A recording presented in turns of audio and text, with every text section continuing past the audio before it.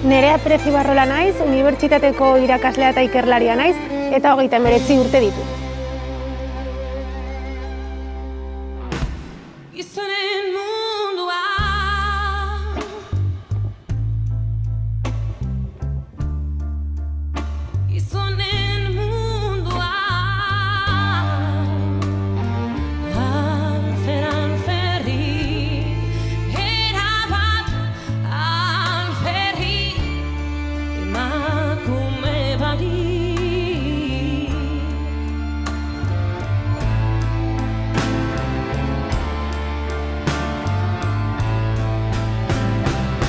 Bueno, ni irakaskuntzaren munduan hasi nintzen ikerketaren munduaren bidetik.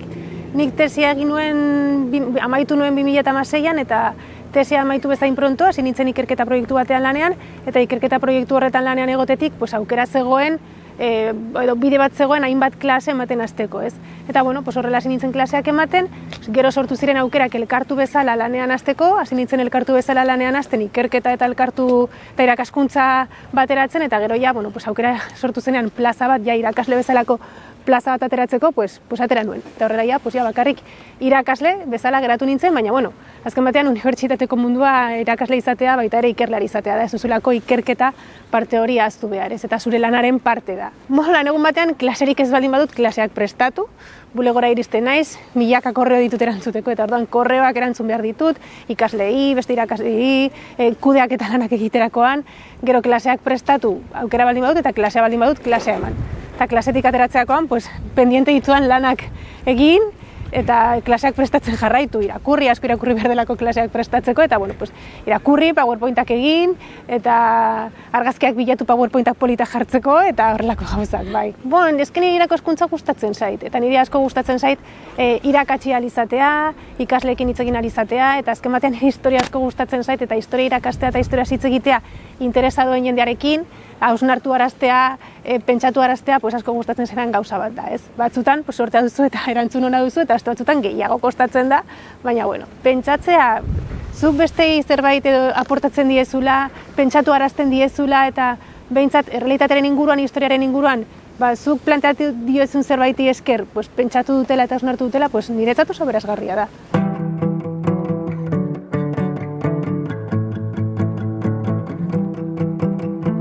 Parean eseri zaidan eska horrek ez dakit berak daraman jertxea erantzin iola behin beste bati barruran begiratzen du berak lehiotik halako kotxe horri baten maitatu zuen aspaldi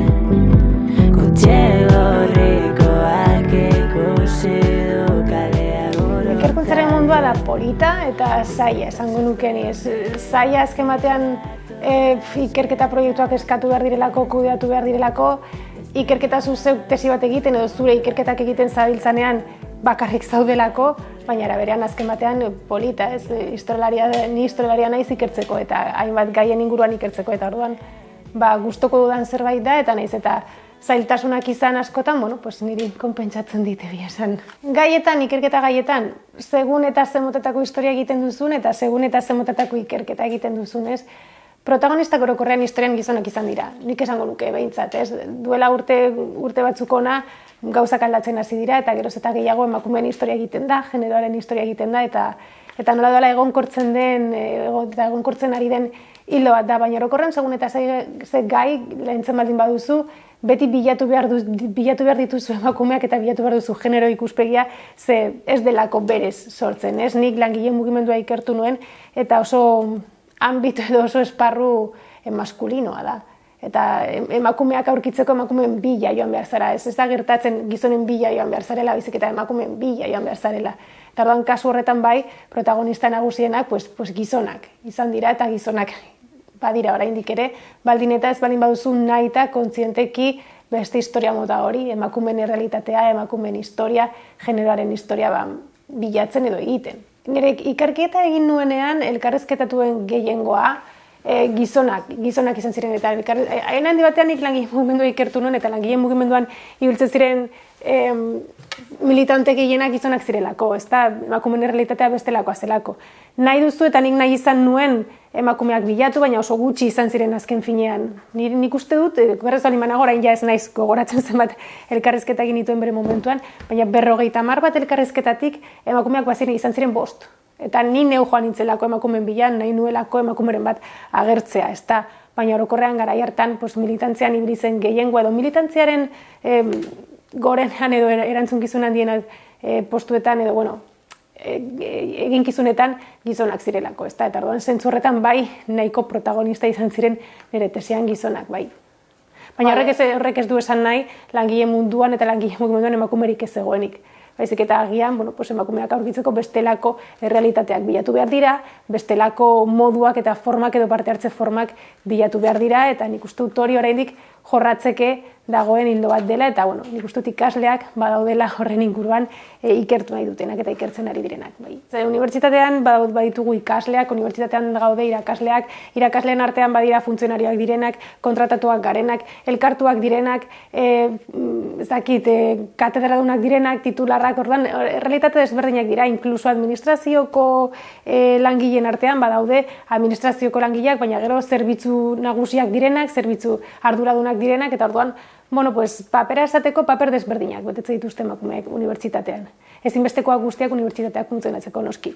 Kopuruak begiratuta, nik uste dut, unibertsitateak badauka bere berdintasun plana egina, eta bertan kopuruak jasotzen ziren, eta kopuruak ikusita nahiko antzekoak dira, eta nahiko parekatuak dira kopuru hutsak ikusita. Desberdintasuna da kopuru horiek nola banatzen diren rol eta erantzukizun desberdinetan.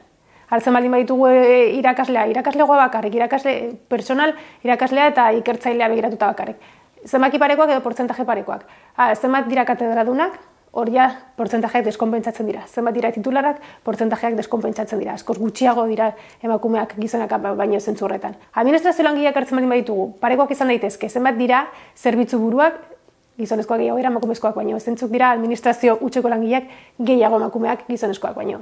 Nik uste dut horren arrazoia, niberezekin niri dagokidana dela irakaskuntzaren alorrean eta irakaskuntzaren karrera horretan edo postu maila desberdin horretan ibiltzea, nik uste dut karrera beraren zailtasunak direlako.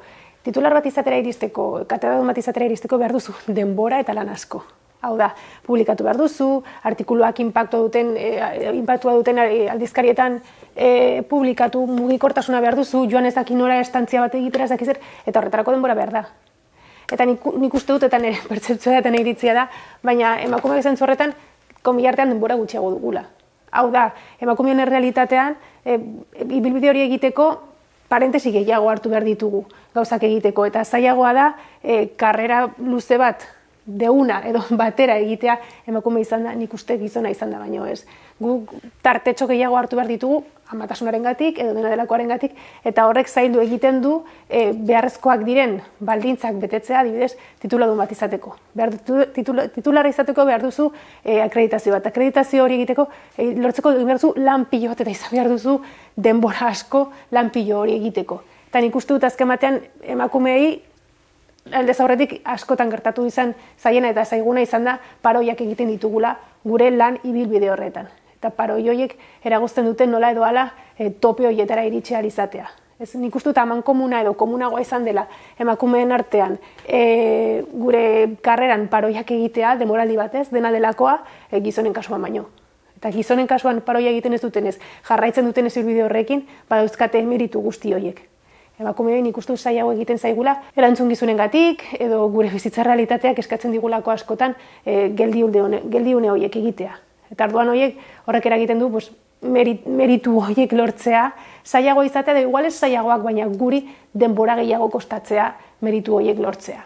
Eta arduan hori da azken batean zaildu egiten duena goiko parte horietara iristea. Nire ustez, baina hausnarketa bat da eta iritzi bat da, ikasleekin, irakasleekin, administrazioko langileekin. Administrazioko langilerik gabe zaila da gure lan aurrera ateratzea, eta erabatekoa da. Eta gerora, goiko instantziekin edo erantzunkizunak eta kudeaketan ibiltzen diren bestelako karguekin, ez? Zuk aipatuzu, dekanoarekin, beste dekanordeekin, kudeaketan dabiltzan bestelako karguekin eta horrelakoekin. Azken batean egin behar duzu lana irakasle bezala, egiten duzu lana irakasle bezala eta beste irakasleekin harremanak izan behar dituzu eta koordinatu behar zera beste irakasleekin. Ikasleekin noski dituzu harremanak zure klasean dituzulako aurrez aurre, baina gero ere badago ikerketa eta ikerketan beste ikerlariekin ibiltzen zara, baina ikerketan ere ibiltzea da ikerketa zerbitzuan dauden langileekin eta kudeatzaileekin hitz egitea eta gerora ere irakaskuntzaren munduan kudeaketan baldin bazaude ere, kudeaketan dabiltzan bestelako instantziekin ere harremanetan egon behar zara. Orduan, konstantemente bazaude harremanak izaten. Paradojikoa da, ikerketa zure ikerketa da eta zera horretan, baina horren inguruan dagoen guztiak harreman sare handia egotea eskatzen dizu. Ez nuke esango gauza zehatzengatik, zailagoak edo errazagoak direnik. Badira gehiago nola sentitzen zaren edo pertzepzioa eta non zauden kokatua da non kokatzen zaren. Nire gertatzen zait, ez dakit ze puntutaraino den pertzepzio personal bat eta izaera kontua edo ez, baina nire ustez nik batzutan gertatzen zait eta batzutan bakarrik batzutan gertatzen zait, baina kontzienteki bada ere, klasean agian autoritate ez gutxiago, baina kostatzen zaidala gehiago, autoritate edo autoritate figura mantentzea. Osa, ez dakit, nik uste dut hainbat jarrera, hainbat ez txarrean, inolaz ere eta ez nahi eta eginda, baina igual, helduagoa den eta gizona den lankide batekin ez zituztera izango ikasleek zenbaitetan eta zenbait aspektutan, ez beti eta ez jarrera horrela txarretan, baina bai nabaritzen da igual zuk zeuk daukazula eta zuk zeuk zer buruari igual inkluso nik neuk errekonozitzen diozula autoritate gutxiago hori eta kokatzea zailago egiten zait, ez? Batzutan nik pentsatzen dut, ez dakit noren klasean horrela portatuko lirateke edo jarrera hauek izango lituzkete, eta inkluso nire adinekoa izan daiteke lankide batekin, ez? Lankide mutil batekin, ez? Agian bai, baina ja nik neuk nire buruari galdetzen diot, eta uste dut adierazgarria dela nik neuk nire buruari hori galdetzea, erreala den edo ez, kontutan hartu gabe, ez? Bakarrik hausnarketa hori egitea, eta inkluso nire lankidek hausnarketa hori egingo luketen edo ez. Nik neuk egiten dut, ez? Batzutan kostatzen zaigu edo niri behintzat kostatzen zait kokatzea autoritate hori mantentzeko. Edo naiz oso gogorra bortitza eta autoritate hori mantentzeko, edo kontrakoa gertatzen zait eta nola dola galdu egiten duzu. Orduan, niri behintzat zaila egiten zait kokatzea zentzu horretan zenbaitetan, beste batzutan inolaz ere, eta beste batzutan oso giro eta zera sano batean egiten dira klaseak.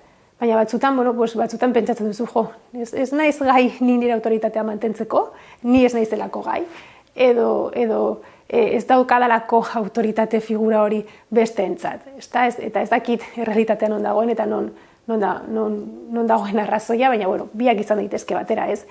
Eta nik uste dut horra adierazgarria dena da nik neuk hori planteatzea den ere buruari galdetzea.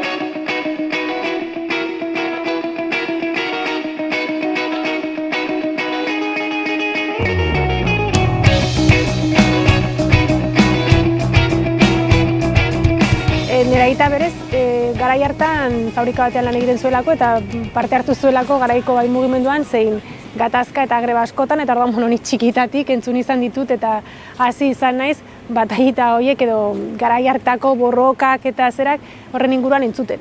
Orduan betidanik izan dut interes hori, betidanik interesatu izan zait garai hori. Nik gehiago jotzen nuen hasiera batean trantsizioaren garaitik, ze trantsizioaren garaia iruditzen zitzaidan gizarte mugimenduen eta mobilizazioaren goren puntu bat, bereziki gaurko egoerarekin alderatuta. Eta interesatzen zitzaidan horren inguruko azalpenak ematea eta gehiago jakitea.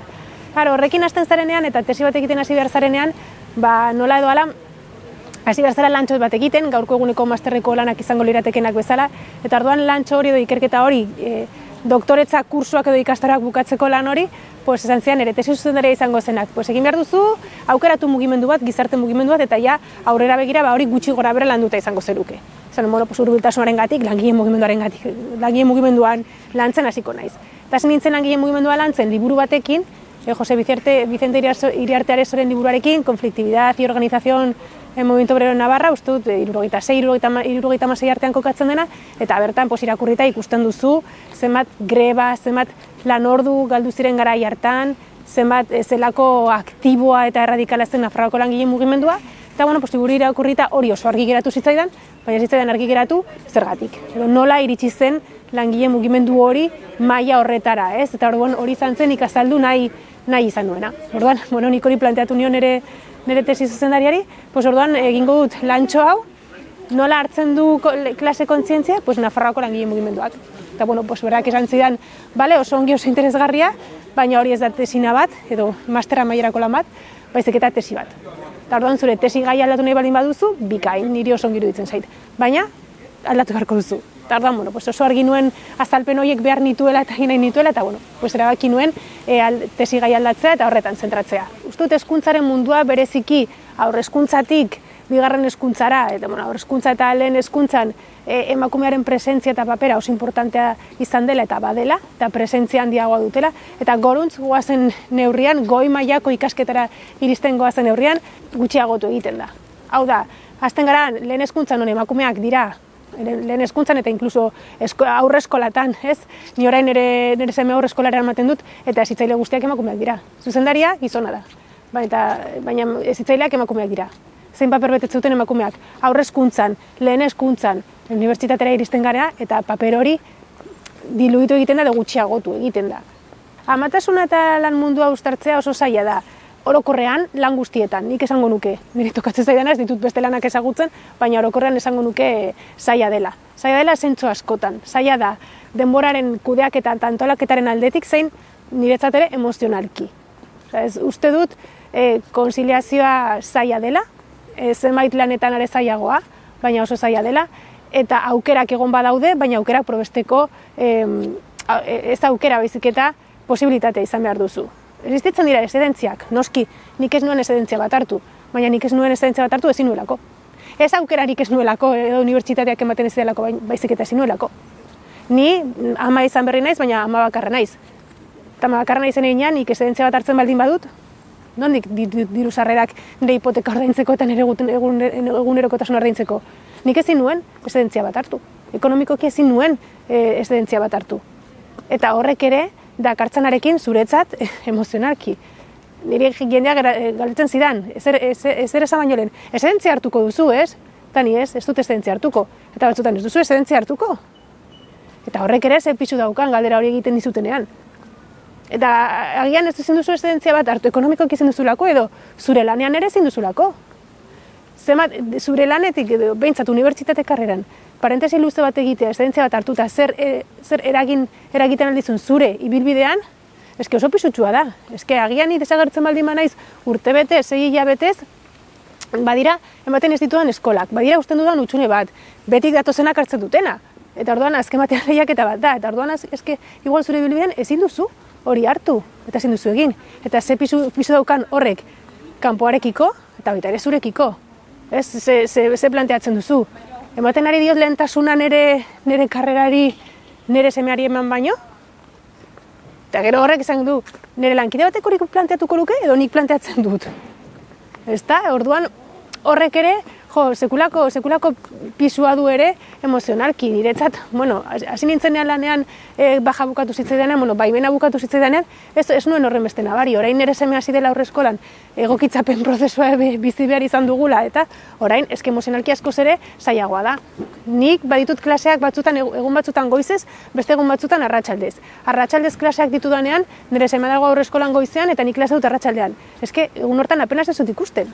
Horrek zer eragiten dinen neri ama bezala edo plantearazten dit ama bezala. Ez eta hori emozionalki niretzat zaila izan da. Ez horren beste denboraren kudeaketaren eta antolaketaren partetik, baita ere zaila dena, baina ni badukat kriston suertea, badukadala ama bat eta familia bat, erabateko laguntza eman didatela zentzu horretan, eta ez dut arazorik izan zentzu horretan, baina emozionalki gogorra izan da. Emozionalki gogorra izan da, ze bi gauzak bateratzea, horrek zuri ere plantearazten dizkizun gauzekin oso zaila, niri oso zaila egin zait, kasi zailena, esango nuke.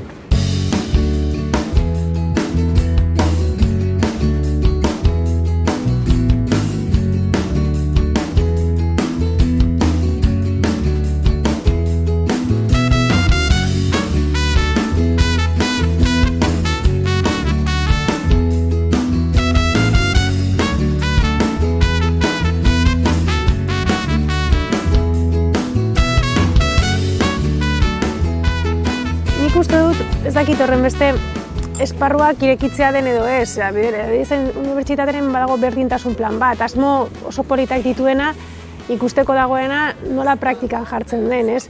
Asmoak badaude, arazoak detektatzen dira, eta baina praktikan nola aurre egin, ez dakit zein puntutaraino, hemen bertatik egin dezakegun zerbait denik. Nik uste zerbait asko ere orokorragoa dela, eta gizartearen kin zer ikusia daukan zerbait dela. Nik askotan entzun izan dut, eta igual hau bada, bueno, ez dakit, nire burutazio bat. Baina uste dut oso ongi jasotzen duela, gaurko egunean, unibertsitatean baina orokorrean ditugun problematikak. Azken batean asko hitz egin da eta asko sustatu da, emakumeak zientzia munduan promozionatu behar direla, zientziako karrerak ikasi behar dituztela, eta hori oso ongi dago eta beharrezkoa da. Emakumeak erreferenteak behar dituzte zientzia munduan, behar dituzte zientifikak diren erreferenteak, behar dituzte karrera horietan gehiago ikasi presentzia hori edukitzeko. Baina zertarako balioko zaio emakume bati edo neskato bati ingeniera izatea, gerora bere ibilbidean mozketak edo lehen aipatu ditugu mozketak geratuko bazaizkio. Hori da problema, ez da horren beste bai problema da emakumeak ingenieritza karreretan ez egotea eta zientzian ez egotea, baina gerora, ikasketaz aparte gerora etorriko zaienan aldaketak behar dira. Nik asko esaten dut, el día de la niña y la ciencia, bai, oso ongi, eta problema bat da neskak ez egotea ingenieritza karreretan. Baina ez alda ere problema bat haur hezkuntzako karreretan mutilak ez egotea, eta mutilak askoz gutxiago izatea. Ez alitzateke beharrezkoa zaintza lanak baliostatzea eta ere egitea zaintza lanak eta mutilak eta zaintza lanak egun bat. Azken batean, ingenierak baldin bagara, baina biharamunean emakumeak jarraitzen baldin badute izaten, zaintza lan horiek bete behar dituztenak, amak izan edo ez, gurasoen kargo hartu behar duten edo ez, bestelako kudeaketa eta lanak egin behar dituzten edo ez, karga mental hori eraman behar baldin badute edo ez. Eski ingenierak izan daitezke, baina biharamunean emakumeek errealitate hori aurkitzen jarraituko dute. Ingenierak izan edo aurre hezkuntzako irakasleak izan. Lan honetan berdintasuna edo berdintasuna handiagoa sustatzeko, ez dakit zen neurri zehatzak hartu daitezken edo ez. Izan behar da nik uste aldaketa orokor bat errealitate desberdinak aintzat hartzen duen ibilbide bat marraztea. Esan nahi dut. Eta ez dakit nola egiten den hori. Ez dakit nola egiten den hori zure bizitza realitatearen gatik parentesiak ekin behar dituzunean nola gainditu parentesi horiek dituzten ondorioak, ez? Hori aintzat hartzea eta karrera hori aintzat hartu behar da. Nola, zein neurri zehatzekin lortu dezakegun hori? Oso zaila da. Agian karrera beraren antolaketan aldatu beharko litzateke, ez? Eta meritu horiek horren handiak diren merituak eta bar aintzat hartzeko modu desberdinak egotea ere garrantzitsua litzateke, baina errezetak lortzea zaila da. Eta izango bagenitu agian 30ko greba ez litzateke beharrezkoa izango. Baina beharrezkoa da errezeta horiek ez ditugulako. Eta oraindik hori aldarrikatu behar delako eta oraindik horretaz kontziente egin behar dugulako gizartea, ez.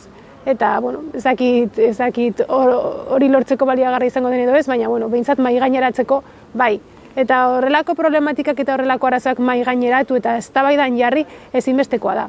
Behintzat, konponbideak pentsatzen hasteko edo neurri zehatzak pentsatzen hasteko. Ez baldin badugu mahai gaineratzen, ez baldin badugu kontzientzia jartzen horrelako realitateak daudela, horrelako arazoak izan ditzazkegula, pues orduan, geratzen da hor dagoen zerbait bezala, baina limbo edo horren inguruan zer jakingo ez bagenu bezala. Nire lanbidean, momentu honetan nire lanbidean, etorkizunean berdintasun hori lortzeko, ez dago berdintasun hori lortzeko montatua. Edo ez dago, montatua ematen du zerbait antolatua egongo balitz bezala, baina ez dago pentsatua berdintasun hori lortzeko, momentuz. Zer da importantea? Pues agian igual horrelako realitateak ezagutaraztea importantea da, horretaz jabe egiteko ingurunea, eta horretaz jabe egiteko lanbide honetan gabiltzanak. Ez dakit zertarako balioko duen edo ez, baina behintzat bai, realitate horiek ezagutzen ez ditugulako. Eta agian, realitate horiek bizi ditugun emakume asko gaude, baina ez dugu ezagutzen zerbait propioa ez denik, baizik eta zerbait komuna denik. Ez eta guztioi eragiten digun zerbait dela. Nik uste dut guztioi eragiten digun zerbait dela, ez? Baina igual pentsatzen dugu gure egoera partikulararekin zerikusirik duen zerbait dela. Eta agian jabetuko bagina, ez dela gure egoera partikularra, baizik eta bada realitate baten parte agian abia puntu bat jartzen ez gaitezke, ni zaila ikusten dut ez baldin badago implikazio orokor bat, ez? Baina, bueno, lanean jarraitu behar dugu, errealitate hauek mai gaineratzeko eta pues, aurrera jarraitzeko gai garela ikustarazteko. Zepena musikan ere polizia zuen aurrea, eta gureak etxea zutan da, eta zutxioka, etxikoka jateia, esan behar nuen, hemen edo lor jainko da, fede dun bakarra, beraren arren. Ofizionetan hasi nahi duen emakume gazte bati, esan nik animatuko nuke. Ohartaraziko nuke ibilbide zaila dela, eta oztopoak izango dituela, eta zailtasunak izango dituela, baina animatuko nuke lehenik eta behin gaitasuna dutelako, eta beharrezkoa delako. Nik ikasle asko izan ditut, neska gazteak oso onak asko dutenak esateko, ekarpen asko dutenak egiteko, eta animatuko nituzke, eta de hecho ikusi nahiko nituzke ikerketa munduan, eta ikusi nahiko nituzke tesiak egiten, ikertzen eta mundu honetan. Beraz, zer esango nieke? Gustoko duten ibilbide bat baldin bada, prest baldin badaude ibilbide hori egiteko, animatu, animo eta gaitasuna badutela, aukerak badutela, eta hori bai, zaila izango dela, baina bueno, hori baldin bada nahi dutena, pena merezi izango duela, eta ni hemen ona iritsi baldin banaiz, haiek ona iritsi daitezkela ere. Mila esker, zuei, entzuteagatik eta errealitate hauek mai gaineratzeagatik eta balio baldin badu errealitate hauek ezagutarazteko eta errealitate hauetaz kontzientzia hartzeko edo kontzientzia egiteko gizartearen parte bat, eskerrak eman.